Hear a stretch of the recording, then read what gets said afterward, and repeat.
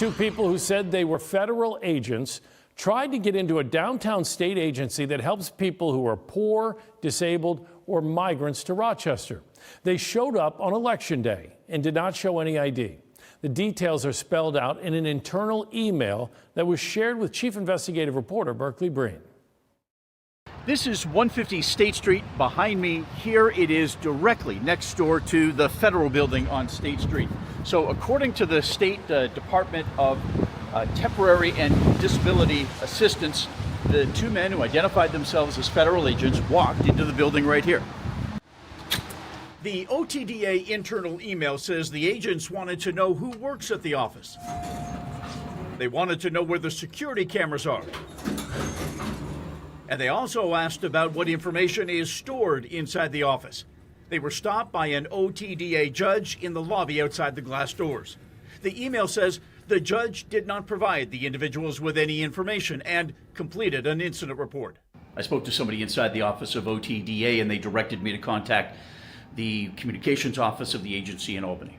This is the internal email. I shared the email with Assemblyman Damon Meeks. The building is in his district. So what do you think when you read that? I think it's really concerning, that individuals would come in to a state office and identify themselves as, a federal agent without providing proper documentation. State Senator Jeremy Cooney said in a statement, "I plan on contacting OTDA to find out what happened and to make sure the identities of my Rochester constituents were protected."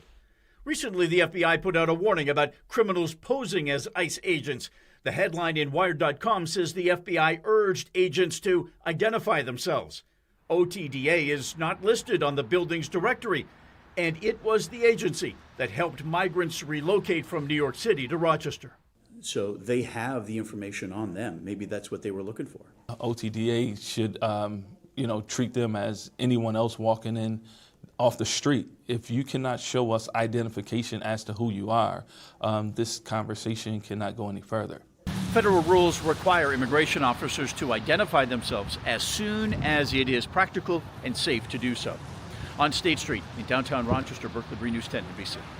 We sent several emails to ICE and Homeland Security over the last 2 days. They have not been answered. We are in contact with the governor's office and OTDA in Albany. In the last hour, the agency confirmed the two men did not provide their names or any ID.